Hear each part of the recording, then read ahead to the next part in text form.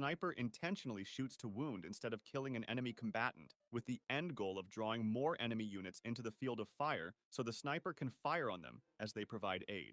Salvo. This technique's goal is to surprise the enemy and defeat him as quickly as possible to avoid his response. It's done by shooting the first shot with every cannon at the same time, and it's particularly good in water combat between ships because it also helps with setting the firing range since multiple splashes are more visible than a single one. It was mostly practiced during World War I and World War II since cruise missiles are now more commonly used. Hull down position.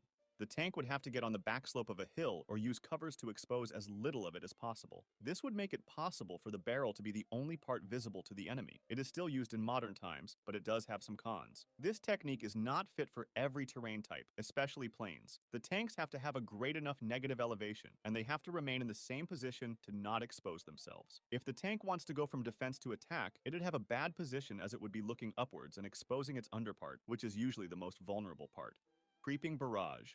This technique consists in a gradual advance of artillery fire in order to provide cover for the infantry pushing forward towards the enemy trenches. It's better than using artillery directly on trenches, since most of the time they were resistant to it, defenders could easily be replaced, and barbed wires were left unharmed. However, it's pretty dangerous, as it needs coordination between infantry and artillery to avoid explosions too close to the infantry. Blitzkrieg. This technique was famously used by the Germans during World War II, and it consists of a rapid, overwhelming, and dense force concentration in an arrow shape, with mechanized and motorized infantry and armored at the top, with the intent of not attacking the actual front line, but breaking through it. They also used artillery and close air support. One of the biggest pros of this technique is that it unbalances the enemy by continuously changing front lines. Foxholes. It's a hole where two infantry are positioned to cover and stay when enemies are too near, thanks to camouflage applied to the opening.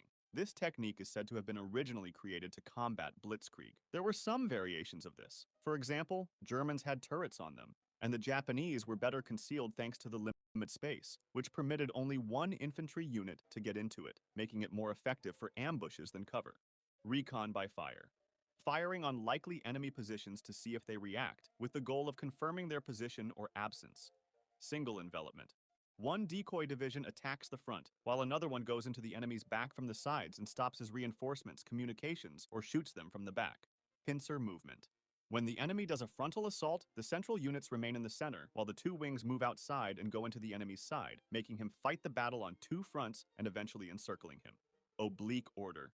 This is another flank tactic, where one part of the army focuses on one side, while the other slowly moves in an oblique way to break through the enemy line thanks to force concentration. Feigned retreat. Pretending to retreat to draw in the enemy in a vulnerable position. It frequently turns into a real retreat because undisciplined troops are likely to lose coherence and retreat for real. Inverted wedge. The weak center retreats slowly under the pressure of the enemies, while the wings push forward to try to encircle the enemy. Great responsibility is placed on the wings here. Crossing the T.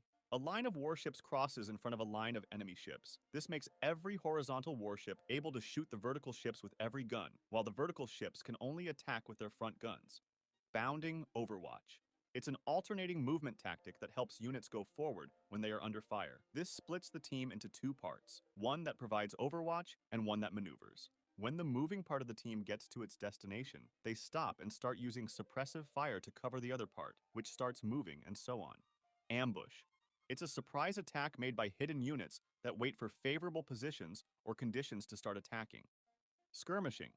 Skirmishers are troops placed in front of the main body of units that stay in a very spread out line and harass the enemy by engaging in small and sporadic combat to delay their movement, disrupt their attack, or weaken their morale. Trench raiding. Mainly used in World War I, it consisted of making small-scale nighttime surprise attacks on enemy trenches. They usually creeped up slowly on the sentries, guarding a small sector of the trench line, killed them as quietly as possible, and threw grenades into the dugouts where the enemies would sleep. This was also used to capture or disable high-value equipment, gather intelligence by seizing documents, etc. The returning raiders risked friendly fire, so they usually had a password system to identify themselves. Swarming. This tactic is used to overwhelm a main target's defenses by attacking with multiple autonomous units. It's mainly used in asymmetric warfare, where one side has much less capacity or size, and it confuses the enemy thanks to irregular attacks, which usually happen from multiple positions. Flying wedge. It's a body of units that moves forward in a triangular formation. It was more commonly used in ancient times, when melee combat was the main focus, but it's still used now thanks to the great situational awareness and visibility it provides. It's also often used by police riot squads. Defeat in detail.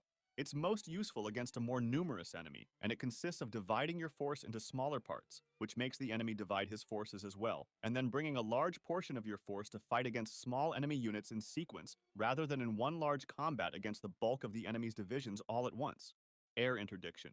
Bombing strategic points, which don't pose an immediate threat but change the course of the war. A distinction must be made between tactical and strategic air interdiction. Tactical air interdiction is meant to affect events rapidly or immediately, for example, by bombing supplies en route to the active battle area. Strategic air interdiction focuses on longer-term benefits and usually targets bridges, streets, etc. This is different from strategic bombing, which is unrelated to ground operations. Siege. Surrounding an enemy city or fortress in order to block its supplies and escaping enemy troops with the goal of forcing them to surrender because of low supplies or attacking them with a well-prepared assault. When the soldiers build a line of fortifications around a besieged city, it's called a contravallation. When they build a second line of fortifications facing away from the enemy's fort to protect themselves from the fort's allies, it's called a circumvallation. Mouseholing. Open streets are very risky for infantry units since they sometimes don't provide sufficient cover, so they blast through walls to get into nearby rooms or buildings. Air assault. Using aircraft, such as helicopters, to get infantry behind the enemy lines and attack them from behind. It's the new vertical version of the other envelopment tactics. Tank descent. It consists of infantry units sitting on top of a tank and dismounting to fight on foot only in the final phase of the assault. They don't just use the tank as a transportation method, they protect it against anti-tank weapons. Shoot and scoot. It's the artillery tactic of shooting at a target and immediately moving from the firing position to avoid counterattacks. Marching fire.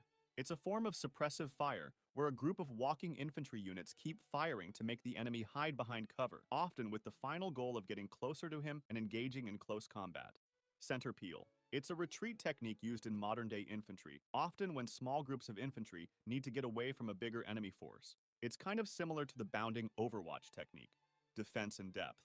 This strategy seeks to delay rather than prevent the advance of an attacker, relying on the tendency of an attack to lose momentum over a period of time or as it covers a larger area. Once the attacker is forced to spread out to cover a larger area, the defenders can counterattack, having to fight against smaller separated units. Scorched earth. It involves retreating and destroying anything that the enemy might need, like food sources and transportation. It was famously used by Russia against Germany in the Second World War, supported by the size of Russian territory and the freezing cold winter.